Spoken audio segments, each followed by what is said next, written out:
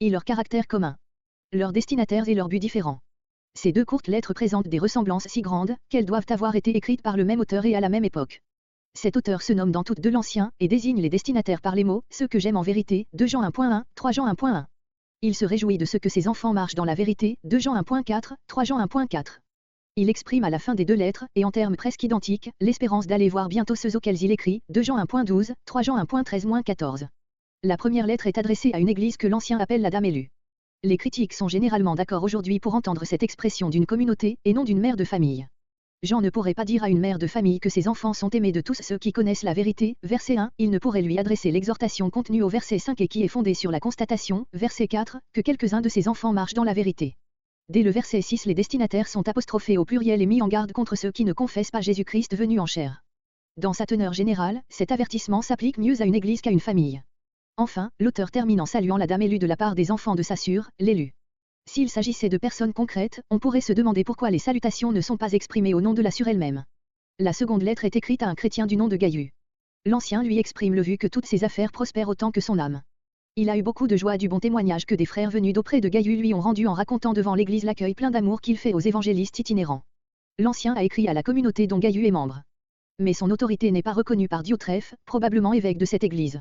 Quand il s'y rendra, il lui reprochera les méchants propos qu'il répand sur son compte, son refus de recevoir les frères du dehors, la pression qu'il exerce, par l'excommunication, sur les membres de l'Église pour les empêcher de leur donner hospitalité. Démétrius, par contre, un autre membre de la même Église, reçoit un bon témoignage, formulé en termes pressants. On s'est demandé si la lettre écrite à l'Église de Gaius, et mentionnée 3 Jean 1.9, était l'épître à la Dame élue, de Jean. C'est l'opinion de Holtzmann, Weiss, Lann, combattue par Lutliard et Harnack. Ce dernier objecte à leur identification que la situation de l'Église n'est pas la même dans les deux lettres, 2 Jean met en garde contre une grave hérésie et contre des missionnaires qui la propagent. Il n'en est pas question dans 3 Jean, où l'Ancien recommande, sans restriction, d'accueillir les évangélistes itinérants, et où Diotrephe s'oppose à lui, non par des enseignements divergents, mais parce qu'il méconnaît son autorité et repousse son ingérence dans le gouvernement de l'Église. De l'auteur. Le style, le choix des mots, la construction des phrases, les pensées exprimées, tout révèle l'auteur de 1 Jean et du 4e évangile. La tradition confirme cette supposition. Clément d'Alexandrie déjà cite 1 Jean comme la plus grande lettre de Jean. L'ouvrage d'Irénée contient des passages de 2 Jean. Le canon de Muratori mentionne les lettres de Jean. 3 Jean n'est expressément nommé que par Origène, qui fait allusion aux doutes dont les deux épîtres sont l'objet, Eusèbe, Histoire ecclésiastique, 6, 25. Eusèbe les range parmi les écrits contestés, Histoire ecclésiastique, 3, 24, 25. Jérôme explique l'origine de ces doutes, l'auteur ne s'est pas donné le titre d'apôtre, mais celui d'ancien, en grec presbytre, c'est pourquoi plusieurs voyaient en lui le presbytre Jean, dont parle Papia. Un petit nombre de critiques modernes, Erasme, Creudener, Wissele, Hébrard, ont suivi cette opinion de quelques anciens, nous ne parlons pas de ceux qui attribuent l'ensemble de la littérature johannique au presbytre Jean. Au premier, on peut objecter que 2 et 3 Jean ressemblent trop par le style et les principaux caractères à un Jean pour qu'on puisse les attribuer à un autre auteur, et que le presbytre Jean, dont parle Papia, n'était sans doute qu'un presbytre entre plusieurs, qu'il n'avait donc pas le droit de s'arroger ce titre d'une manière exclusive et de se présenter comme le presbytre par excellence, comparé Frédéric Godet, commentaire sur l'évangile de Jean. N'est-il pas plus naturel de supposer que c'est l'apôtre qui se désigne ainsi par humilité, une Pierre 5.1, ou qui avait reçu ce surnom dans lequel s'exprimait le respect que son grand âge inspirait aux églises. Comparé 2 Jean 1.1, première note. Tout dans ces deux courts billets montre la position exceptionnelle qu'occupait celui qui les a écrits. Harnack la caractérise en relevant les traits suivants. Voilà un homme qui non seulement jouit de la considération en dehors de son église, mais est habitué à exercer l'autorité et à juger en dernier ressort dans un grand nombre d'églises. Il s'intitule simplement l'Ancien. Demeurant à Éphèse, il a des enfants en d'autres localités et il dirige ses adultes comme un père. La prospérité des églises est son œuvre, et il les avertit en disant « Prenez garde, afin que vous ne perdiez pas le fruit de notre travail ».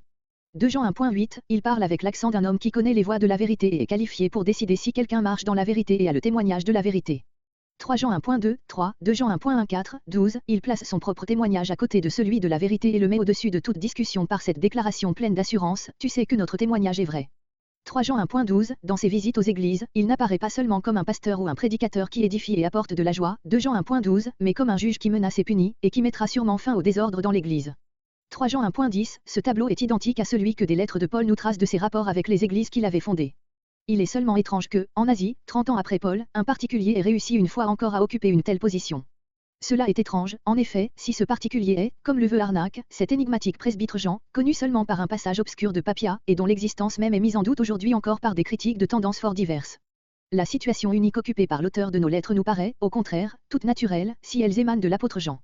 Ces lettres, qui ne renferment aucun enseignement important, auraient-elles d'ailleurs été conservées, et finalement reçues dans le canon, si une tradition très sûre ne les avait désignées comme l'œuvre d'un apôtre. Leur présence dans le recueil sacré vient ainsi confirmer l'opinion de ceux qui admettent le ministère de Jean, l'apôtre, en Asie mineure, et le considèrent comme l'auteur des épîtres et de l'Évangile, que la tradition lui attribue.